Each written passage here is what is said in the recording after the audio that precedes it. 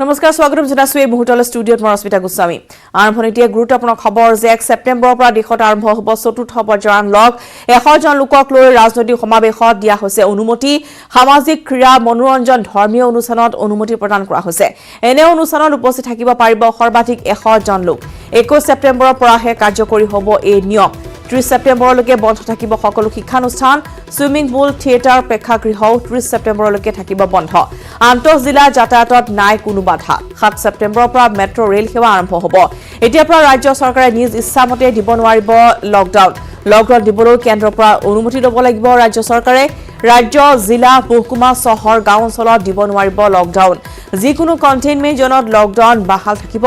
30 ছেপ্টেম্বৰলৈকে বাহাল থাকিব আনলক 4ৰ নীতি নিয়ম 21 ছেপ্টেম্বৰৰ পৰা বিবাহ অনুষ্ঠানত গোট খাব পাৰিব সৰ্বাধিক 100 জন লোক মৃতদেহ সৎকাৰ আৰু পৰৱৰ্তী অনুষ্ঠানতো কাৰ্যসূচীটো এতিয়াৰ পৰা সৰ্বাধিক 100 জন লোক থাকিব পাৰিব যদিও শিক্ষানুষ্ঠানত বন্ধ থাকিব নৱম পৰা দ্বাদশ শ্ৰেণীৰ শিক্ষাৰ্থীয়ে বিদ্যালয়লৈ যাব পাৰিব অভিভাৱকৰ লিখিত সন্মতি লৈও বিদ্যালয়লৈ যাব পাৰিব শিক্ষাৰ্থী 21 ছেপ্টেম্বৰৰ পৰা বিদ্যালয়সমূহত 50% শিক্ষকে পাঠদান কৰিব পাৰিব উচ্চ শিক্ষাৰ সৈতে জড়িত আৰু স্নাতকোত্তৰ শিক্ষাৰ্থীয়ে গৱেষণা আৰু পৰীক্ষাৰ বাবে ল্যাবৰেটৰী ব্যৱহাৰ কৰিব পাৰিব 21 ছেপ্টেম্বৰৰ পৰা খুলিব পাৰিব দক্ষতা বিকাশ এন্টাৰপ্ৰেনিয়ৰশ্বিপ প্ৰশিক্ষণ প্ৰতিষ্ঠান লগতে ঔদ্যোগিক প্ৰশিক্ষণ প্ৰতিষ্ঠানসমূহ খুলিব পাৰিব এই সকলোবোৰৰ বাবে স্বাস্থ্য মন্ত্ৰালয়ে নিৰ্ধাৰণ কৰিব এছঅপি আৰু সেই এছঅপি মানি চলিব লাগিব সিনেমা হল থিয়েটাৰ হল বন্ধ থাকিলেও 21 ছেপ্টেম্বৰৰ পৰা মুকলি মঞ্চ খুলিব পাৰিব 1 ছেপ্টেম্বৰৰ পৰা বাৰ আৰু ৰেষ্টুৰেণ্টত সুৰাপানৰ অনুমতি কৰা হৈছে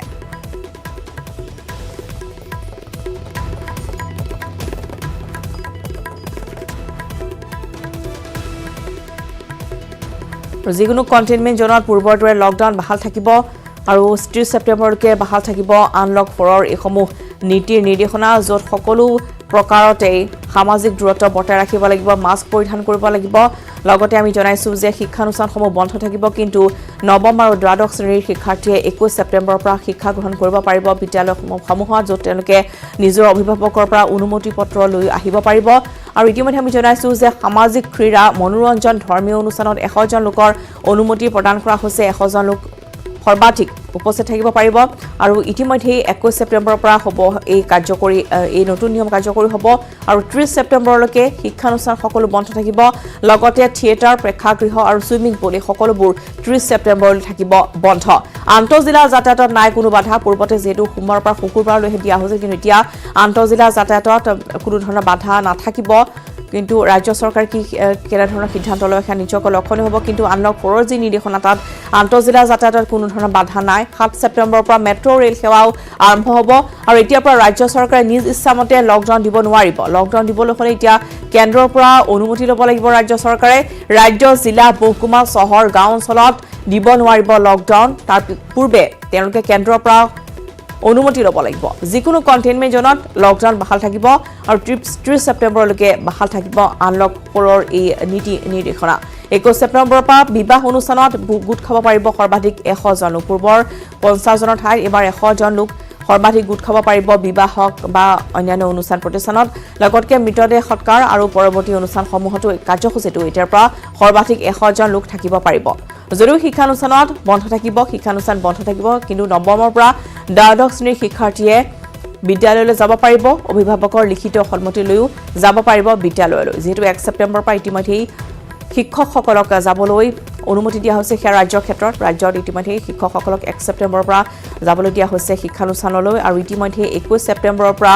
বিদ্যালয়ত নৱম আৰু দ্বাদশ শ্ৰেণীৰ শিক্ষাৰ্থীসকলে তেওঁলোকে অধ্যয়ন কৰিবলৈ যাব পাৰিব য'ত 50% শিক্ষকে পাঠদান কৰিব পাৰিব উচ্চ শিক্ষাৰ সৈতে জড়িত আৰু স্নাতকোত্তৰ শিক্ষাৰ্থীয়ে গৱেষণা আৰু পৰীক্ষাৰ বাবে ল্যাবৰেটৰী ব্যৱহাৰ কৰিব পাৰিব 21 ছেপ্টেম্বৰৰ পৰা খুলিব পাৰিব দক্ষতা বিকাশ এন্টাৰপ্ৰেনিয়ৰশ্বিপ প্ৰশিক্ষণ প্ৰতিষ্ঠান ঔদ্যোগিক প্ৰশিক্ষণ প্ৰতিষ্ঠান আৰু এই সকলোবোৰৰ বাবে স্বাস্থ্য মন্ত্ৰালয়ে নিৰ্ধাৰণ কৰা এছঅপি মানি চলিব লাগিব লগতে সিনেমা হল থিয়েটাৰ পূৰ্বৰ দৰে বন্ধ থাকিব যদিও মুকলি মঞ্চ 21 ছেপ্টেম্বৰৰ পৰা খুলিব পাৰিব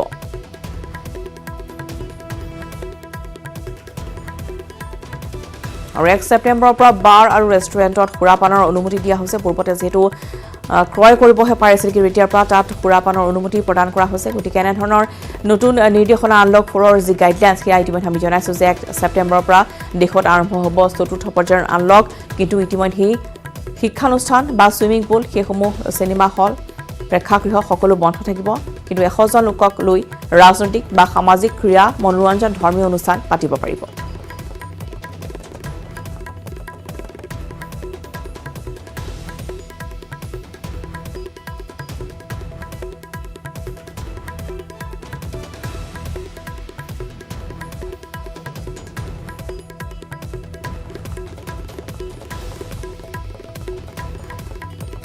আৰু ইতিমধ্যে 1 ছেপ্টেম্বৰৰ পৰা দেশত চতুৰ্থ পৰ্যায়ৰ আনলক আৰু 21 ছেপ্টেম্বৰৰ পৰাহে কিছু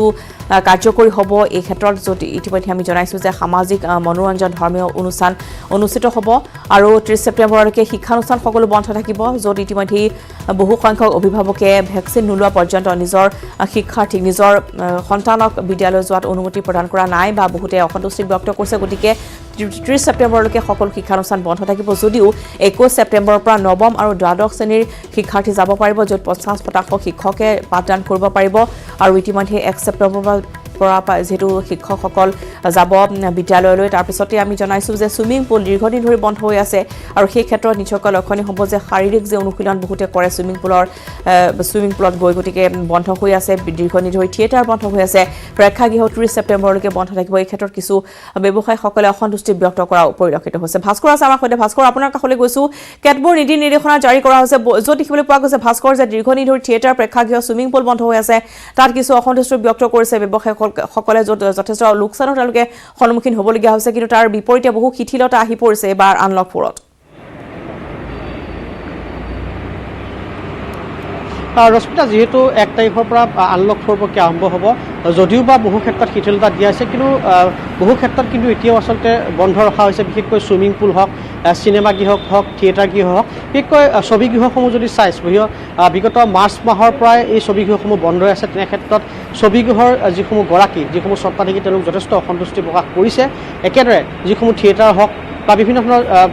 অনুষ্ঠান প্ৰতিষ্ঠানৰ লগত জড়িত বিভিন্ন লোক সেইসমূহ যিহেতু বন্ধ আছে লগতে সুইমিং পুলৰ ক্ষেত্ৰতো যদি চাই মাৰ্চ মাহৰ পৰাই বন্ধ আছে গতিকে তেনে ক্ষেত্ৰত সেইসকল লোক বা যিসকল প্ৰশিক্ষণ হওক যিসকলে ইয়াত তেওঁলোকে শিক্ষা লয় বা প্ৰশিক্ষণ দিয়ে সেইসকলো যথেষ্ট আচলতে ক্ষোভত ভাঙি পৰিছে কাৰণ যথেষ্ট দিন হৈছে তেওঁলোকৰ আৰু এইখিনিতে মই যিহেতু কৈ থওঁ যিহেতু আনলক 4 প্ৰক্ৰিয়াত কিন্তু যদিও বহু ক্ষেত্ৰত শিথিলতা বিশেষকৈ সভা সমিতিসমূহৰ ক্ষেত্ৰত 100জনকৈ লোক সমবেত হোৱাৰ নিৰ্দেশনা দিয়া হৈছে একেদৰে পূৰ্বে যেতিয়া বিশেষকৈ যিসমূহ বাৰসমূহত সুৰাপান কৰাৰ নিষেধাজ্ঞা আছিলে বিগত 5 মাহে কিন্তু এই মুহূৰ্তত যোৱাকালি যিটো নিৰ্দেশনা আছে তাত দেখিবলৈ পোৱা গৈছিল যে এতিয়াৰ পৰা সুৰাপায়ীসকলে বাৰত গৈ আচলতে সুৰাপান কৰাৰ ক্ষেত্ৰত তেওঁলোকে শিথিলতা দিয়া হৈছে একেদৰে যিসমূহ বিদ্যালয় যিসমূহ স্কুল থাকিব সেইসমূহৰ শিক্ষকসকল 1 তাৰিখৰ পৰা যোৱাটো বাধ্যতামূলক 50% শিক্ষক শিক্ষয়িত্ৰী তেওঁলোকে বিদ্যালয়ত উপস্থিত থাকি অনলাইন যোগে ক্লাছ কৰিব পাৰিব কিন্তু ছাত্ৰ ছাত্ৰীসকলৰ ক্ষেত্ৰত 1 ছেপ্টেম্বৰলৈ তেওঁলোকৰ বিদ্যালয় বন্ধ থাকিব অৰ্থাৎ বিদ্যালয়লৈ তেওঁলোকে যাব নালাগে আৰু একেদৰে বিভিন্ন ক্ষেত্ৰত মই যিহেতু কৈ আছোঁ যে যিজনে শিথিলতা দিয়া আছে কিন্তু তাৰ বিপৰীতে যিহেতু বহু ক্ষেত্ৰত ইয়াত বিৰূপ বা শিথিলতা দিয়া হোৱা নাই এতিয়াও আচলতে তেওঁলোকে সেয়াত লকডাউন আচলতে সেই প্ৰভাৱ পৰা দেখিবলৈ পোৱা গৈছে আৰু এইখিনিতে মই কৈ থওঁ এটা কথা যিহেতু বৰ্তমান সময়ত ভাৰতত কৰোণাৰ আক্ৰান্তৰ সংখ্যা 1 লাখ অতিক্ৰম কৰিছে আৰু অসমত যদি চাই অসমতো ইয়াৰ সংক্ৰমিত হাৰৰ সংখ্যা প্ৰতিদিনে আচলতে বৃদ্ধি পাব ধৰিছে ঠিক একেদৰে মৃত্যুৰ হাৰৰ সংখ্যা বৃদ্ধি পাব ধৰিছে তাৰ প্ৰতি লক্ষ্য ৰাখি ৰাজ্য চৰকাৰৰ ফালৰ পৰা এটা কথা কোৱা হৈছিলে যদিহে আচলতে কাৰণ বৰ্তমান সময়ত চাই গুৱাহাটী মহানগৰী বা ৰাজ্যৰ ভিন্ন প্ৰান্তত যিসমূহ লোক সাধাৰণ ৰাইজে কিন্তু পূৰ্বে যি ধৰণৰ লকডাউনৰ যি ধৰণৰ নীতি নিৰ্দেশনা বা কৰোণাৰ প্ৰতিৰোধৰ যি ধৰণৰ নীতি নিৰ্দেশনা চৰকাৰী নীতি নিৰ্দেশনা দিয়া আছিল সেই নীতি নিৰ্দেশনা কিন্তু সুচাৰুৰূপে পালন কৰিছিলে কিন্তু দিন ভাগৰ লগে লগে যদি চাই আপুনি বহু ক্ষেত্ৰত যেতিয়া যদি চাই আপুনি মাস্ক পৰিধান নকৰে সামাজিক ব্যৱধানৰ যি ধৰণৰ প্ৰশ্ন আহি পৰিছিলে সেই সামাজিক ব্যৱধান মানি চলা দেখা নাযায় তেনে ক্ষেত্ৰত কিন্তু ৰাজ্য চৰকাৰে এটা ইংগিত প্ৰদান কৰিছিলে যে যদিহে এনেধৰণৰ পৰিস্থিতি থাকে কিন্তু ৰাজ্য চৰকাৰে ইয়াত তেওঁলোকে পুনৰ লকডাউন দিব ৰাজ্যত কিন্তু এইখিনিতে এটা কৈ থওঁ শেহতীয়া যি গাইডলাইন আহিছে সেই গাইডলাইনত এটা কথা নিৰ্দেশনা দিয়া হৈছে যে ৰাজ্য চৰকাৰে 6 আচলতে তেওঁলোকে ৰাজ্যত পুনৰ যি লকডাউন সেই লকডাউন দিব নোৱাৰিব এই ক্ষেত্ৰত কেন্দ্ৰীয় গৃহ মন্ত্ৰালয়ৰ আচলতে অনুমোদন প্ৰয়োজন হ'ব গৃহ মন্ত্ৰালয় ভাস্কৰ সেইটোৱে প্ৰশ্ন বহুতৰ মনত আছে যে শনি আৰু দেওবাৰে যিটো সমগ্ৰ ৰাজ্যজুৰি ৰাজ্যত এতিয়া লকডাউন চলি আছে গতিকে নতুন যি গাইডলাইন আহিছে তাৰ পিছত সেই লকডাউন থাকিব নে নাথাকে সেয়া প্ৰশ্ন উত্থাপন হৈছে যিহেতু আন্তঃজিলা যাতায়াতত এতিয়া অনুমতি দিয়া হৈছে ভাস্কৰ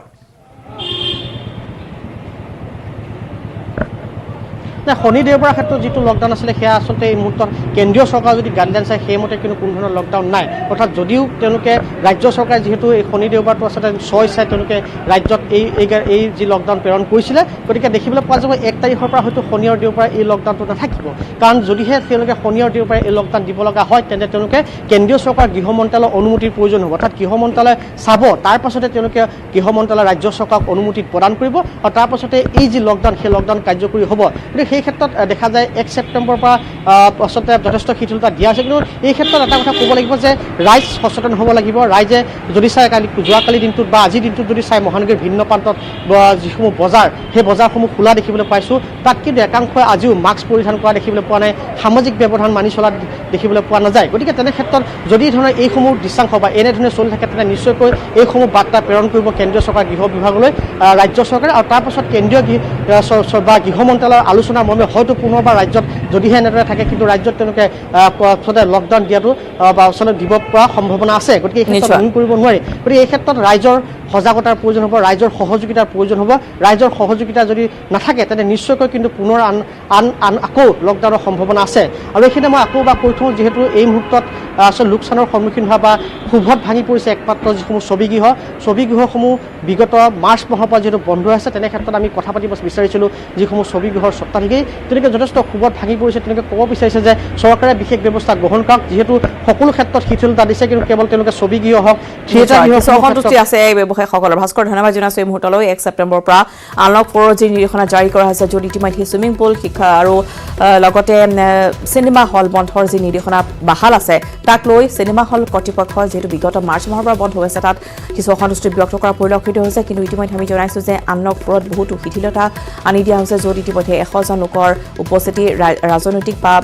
বাকী যিসমূহ অনুষ্ঠান প্ৰতিষ্ঠান আছে তাত 100জন লোকৰ উপস্থিতিত অনুমতি প্ৰদান কৰা হৈছে বাতৰিৰ মাজলৈ ৰাজ্যত ধাৰাবাহিকভাৱে বৃদ্ধি পাইছে কৰোনা আক্ৰান্তৰ সংখ্যা 1,03,794 জনলৈ বৃদ্ধি কৰোনা আক্ৰান্তৰ সংখ্যা বিগত 24 ঘণ্টা 2,427 জন কৰোনা আক্ৰান্ত চিনাক্ত ইয়াৰে ভিতৰত গুৱাহাটীত 459 জন ডিব্ৰুগড়ত 177 কাছাৰত 158 যোৰহাটত 136 জন চিনাক্ত বৰ্তমানলৈ কৰোনাই প্ৰাণ ল'লে 289 জনৰ কৰোনাত আক্ৰান্তৰ শতকৰা হাৰ 6.58%। বৰ্তমানলৈ কৰোনাত আৰোগ্য লাভ কৰিছে 82,510 জনে চিকিৎসাধীন হৈ আছে 20,992 জন ৰোগী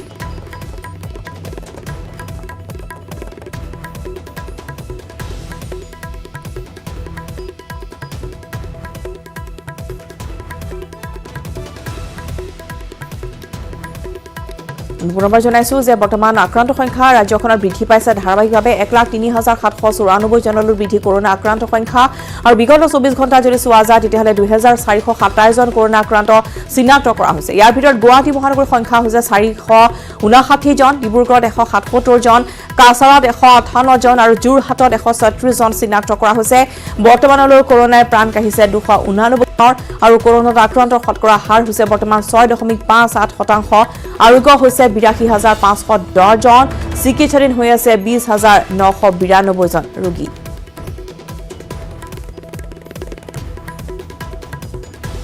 ফলে কোভিড ৰোগীৰ মৃতদেহ সৎকাৰ কৰাক লৈ নিশা নগৰ মধুপুৰ শ্মশানত সৃষ্টি হলে উত্তপ্ত পৰিস্থিতিৰ নগৰ ভোগেশ্বৰী ফুকননী অসামৰিক চিকিৎসালয়ত কোভিড হস্পিটালত মৃত্যু সাৱটি লোৱা হুজাই যোগীজানৰ সুবল বিশ্বাসৰ মৃতদেহ সৎকাৰৰ বাবে লৈ যোৱা হৈছিল নগাঁও চহৰৰ মধুপুৰ শ্মশানলৈ অতিৰিক্ত উপায়ুক্ত জয়ন্ত কুমাৰ বৰাৰ উপস্থিতিত প্ৰশাসনে মৃত কৰোনা ৰোগী গৰাকীৰ অন্ত্যেষ্টিক্ৰিয়া কৰিবলৈ জুইচা চলাইছিল কিন্তু সেই সময়তে স্থানীয় ৰাইজ ওলাই আহি কৰোনা ৰোগীৰ মৃতদেহ সৎকাৰত বাধা প্ৰদান কৰে কৰোনা ৰোগীৰ মৃতদেহ দাহ কৰিলে অঞ্চলটোত কৰোনা বিয়পাৰ ভ্ৰান্ত ধাৰণা লৈ একাংশ লোকে প্ৰশাসনৰ কাৰ্যত বাধা প্ৰদান কৰে উপস্থিত জিলা প্ৰশাসনৰ বিষয়া তথা স্বাস্থ্য বিভাগৰ কৰ্মচাৰীয়ে ৰাইজক বুজনি দিয়াৰ চেষ্টা কৰে যদিও বিফল হয় আনকি একাংশ লোকে সেই স্থানত থকা প্ৰশাসনৰ লোকৰ সৈতে তৰ্কাতৰ্কিতো লিপ্ত হয় পৰিস্থিতি অশান্ত হোৱাৰ আশংকাত জিলা প্ৰশাসনে মধুপুৰত আৰক্ষী আৰু অৰ্ধসামৰিক বাহিনী নিয়োগ কৰে কিন্তু অৱশেষত উপায়ন্তৰ হৈ জিলা প্ৰশাসনে মধুপুৰৰ সলনি আন ঠাইত সুবল বিশ্বাসৰ মৃতদেহ সৎকাৰৰ সিদ্ধান্ত গ্ৰহণ কৰে উল্লেখযোগ্য যে সুবল বিশ্বাসৰ মৃত্যু কেন্দ্ৰ কৰি নগাঁৱত দিনৰ ভাগত তীব্ৰ প্ৰতিক্ৰিয়াৰ সৃষ্টি হৈছিল শনিবাৰে পৰিয়ালৰ লোকে চিকিৎসকৰ গাফিলতিৰ বাবে বিশ্বাসে মৃত্যু সাৱটি লোৱাৰ অভিযোগ উত্থাপন কৰিছিল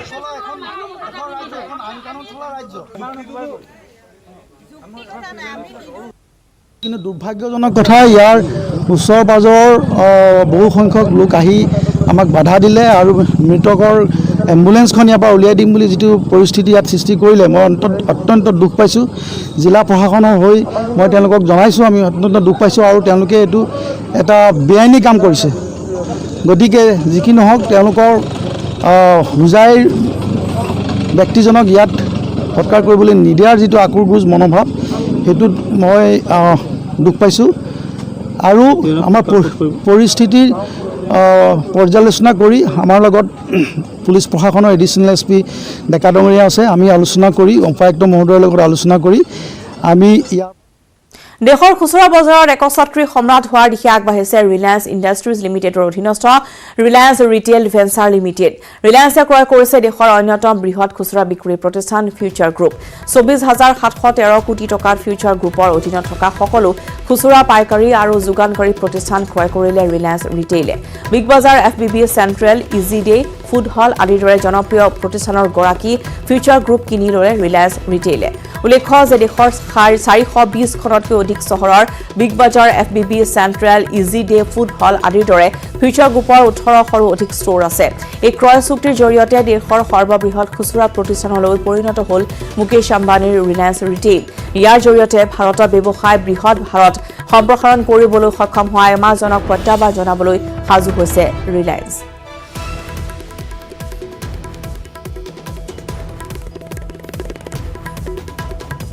প্ৰাৰ্থিতা প্ৰত্যাশীক সাৱধানবাণী শুনাই বিজেপিৰ ৰাজ্যিক সভাপতি ৰঞ্জিত কুমাৰ দাসৰ দাবী 2021 চনত অসমত পুনৰ চৰকাৰ গঠন কৰিব বিজেপিয়ে, কিন্তু কেনেকৈ?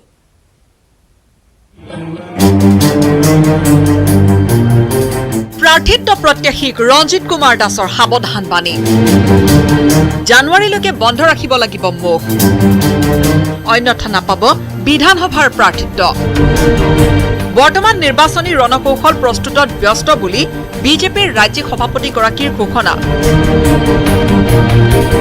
প্ৰাৰ্থিত্বৰ ক্ষেত্ৰত যুৱ জ্যেষ্ঠ বুলি নাথাকিব কোনো কথা। আমাৰ জানুৱাৰী মাহৰ আগত কোনোবাই যদি প্ৰাৰ্থিত্ব সন্দৰ্ভত আলোচনা কৰে তেতিয়াহ'লে তেওঁ প্ৰাৰ্থিত্ব নোপোৱা নিশ্চিত। সংগঠনৰ কাম কৰাৰ কাৰণে ইতিমধ্যে ৰণকৌশল প্ৰস্তুত কৰা হৈছে। ভাৰতীয় জনতা পাৰ্টীৰ যুৱৰ বুলি কথা নাই, স্পেচিয়েলি আমাৰ মহিলাৰ এটা কোটা থাকে। যুৱ বৃদ্ধ এনেকুৱা ধৰণৰ কোনো ভাৰতীয় জনতা পাৰ্টীৰ কথা নাই। গতিকে এতিয়াতো সকলো যুৱই আছে, আমি এতিয়া 2-4জন অলপ বয়োজ্যেষ্ঠ চাব লাগিব। 2021ত আকৌ কিয় হ'ব বিজেপি চৰকাৰ? সভাপতি ৰঞ্জিত কুমাৰ দাসৰ পাটিগণিত। সমগ্ৰ অসমত 42 লাখ সদস্য আছে বিজেপিৰ। এই 42 লাখ সদস্যই এটাকৈ উপৰেঞ্চি ভোট আনিলেও বিধানসভা নিৰ্বাচনত বিজেপিয়ে পাব মুঠ 84 লাখ ভোট। সমগ্ৰ ৰাজ্যত ভোটাৰৰ সংখ্যা প্ৰায় 2 কোটি। ইয়াৰে 1.5 কোটি লোকে ভোটদান কৰিলেও ভোটদানৰ হাৰ হ'ব 75%। যিহেতু বিগত লোকসভা নিৰ্বাচনত 64 লাখ ভোট পাই 10খন আসনত জয়লাভ কৰিছিল বিজেপিয়ে, আৰু যদি ৰঞ্জিত কুমাৰ দাসে ভবামতে সকলো হয় তেন্তে 1.5 কোটিৰ 84 লাখ ভোট পালে অনায়াসে মিছন 100+ লক্ষ্যত উপনীত হ'ব পাৰিব বিজেপি। আৰু যিহেতু আমাৰ 42 লাখ যিহেতু সদস্য আছে আৰু 42 লাখ সদস্যই যদি এটাকৈ উপৰঞ্চি ভোট আনে তেতিয়াহ'লে আমি 84 লাখ ভোট পাম। যিহেতু 64 লাখ ভোট পাই পেলাই যোৱাবাৰ আমি 10টা লোকসভা নিৰ্বাচনত আমি জয়লাভ কৰিবলৈ সক্ষম হৈছিলোঁ। আৰু যিহেতু 2 কোটি ভোট আছে, 1.5 কোটি ভোট পোল হ'ব 75%, আৰু 75% অৰ্থাৎ 1.5 কোটি ভোটৰ ভিতৰত 84 লাখ আমি ভোট পালে আমি অনায়াসে আমাৰ যি লক্ষ্য সেই লক্ষ্যত আমি উপনীত হৈ পেলাই মিছন 100+ত আমি স্পৰ্শ কৰিব পাৰিম। ইফালে কংগ্ৰেছে AUDFৰ মিত্ৰতাক লৈ ৰাজ্যৰ ৰাজনীতি উত্তাল হৈ থকাৰ সময়তে দুয়ো দলৰ মহাজোঁটক আদৰণি জনাই বিজেপিৰ ৰাজ্যিক সভাপতিগৰাকীৰ দাবী, ধৰ্মীয় সংখ্যালঘুৱেহে বৃদ্ধি কৰিব বিজেপিৰ ভোট। কংগ্ৰেছ UDFৰ যি তেওঁলোকে মহাজোঁট কৈ আছে আমি আদৰণি জনাইছোঁ। কাৰণ কিয়? এই মহাজোঁটে আমাক কোনো ধৰণৰ ক্ষতি কৰিব নোৱাৰে, বৰঞ্চ তাৰ কাৰণে আমাৰ আগন্তুক দিনত লাভহে হ'বগৈ। আমি নভবা ধৰণে ধৰ্মীয় সংখ্যালঘু অঞ্চলত ভোট পাম। কিন্তু কিয় সংখ্যালঘুৰ ভোট পাব বিজেপিয়ে? যে মাননীয় মোদী ডাঙৰীয়া আৰু মাননীয় সোণোৱাল চৰকাৰ ডাঙৰীয়া সকলোবোৰ স্কিমে স্পৰ্শ কৰিছে। তো দিব্যাংগই হওক, বিধৱাই হওক, বৃদ্ধই হওক, মহিলাই হওক, বিদ্যুৎ কানেকশ্যনে হওক, গেছ কানেকশ্যনে হওক, PMI ঘৰে হওক, প্ৰধানমন্ত্ৰী সড়ক যোজনা হওক অসমৰ ধৰ্মীয় সংখ্যালঘু মানুহ অকল বিবেকবান মানুহ তেওঁলোকে কংগ্ৰেছ আৰু ইউডিএফৰ বেচা যোৱা ভোটাৰ নহয় গতিকে আগন্তুক দিনত বিবেক ভোটেৰে বহু সংখ্যক ভাৰতীয় জনতা পাৰ্টিত ভোট বৃদ্ধি কৰিব ধৰ্মীয় সংখ্যালঘুসকলে অৱশ্যে ৰঞ্জিত কুমাৰ দাসে চৰকাৰ গঠনৰ অংক ঠিকেই কৰিছে কিন্তু 2021ত দিছপুৰৰ ৰাজপাটত কোন দলক জনতা জনাৰ্দনে অধিষ্ঠিত কৰে সেয়া স্পষ্ট হ'ব নিৰ্বাচনী ফলাফলত আজাৰাৰ পৰা ধ্ৰুৱজ্যোতি কলিতাৰ report news 18 Assam north east এই মুহূৰ্তত